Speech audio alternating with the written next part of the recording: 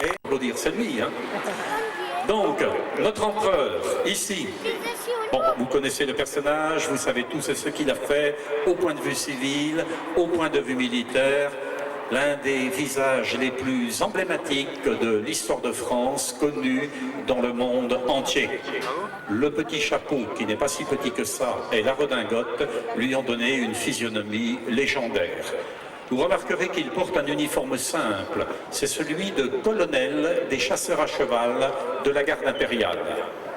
Donc un uniforme simple, alors que le grand maréchal du palais, Bertrand, que vous voyez ici, lui a un uniforme beaucoup plus somptueux. Mais comme je le disais ce matin, tout cela, ça faisait travailler les entreprises françaises. Donc vous voyez toutes les broderies, vous pourrez venir admirer tout cela. J'en profite pour vous dire que tous ces uniformes sont faits dans la grande majorité par un atelier qui est à Dinard, qui expose juste à côté de la tribune, qui s'appelle Antique Costume. Donc si vous voulez enfiler un bel uniforme, eh bien vous pourrez aller voir le dit magasin. Vous avez ici le mamelouk de l'empereur qui est revenu d'Égypte avec lui, Roustan.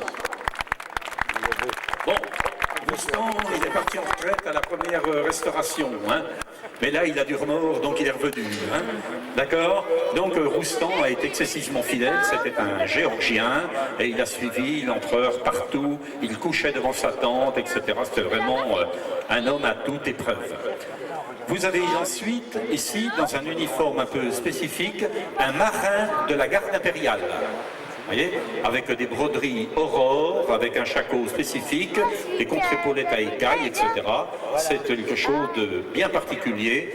Vous avez ensuite un capitaine de vaisseau, donc l'équivalent d'un colonel. Ah, ben demain, voilà, il aura un véritable travail.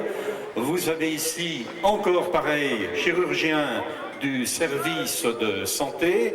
Vous avez des officiers des grenadiers à pied de la garde impériale qui sont des aides de camp avec leurs brassards, ici, qui sont décorés. Et puis, notre collègue, qui est un administrateur des postes. Alors, on peut l'applaudir parce qu'il n'est pas en grève. Hein. Bon, alors, l'état-major, vous rejoignez votre position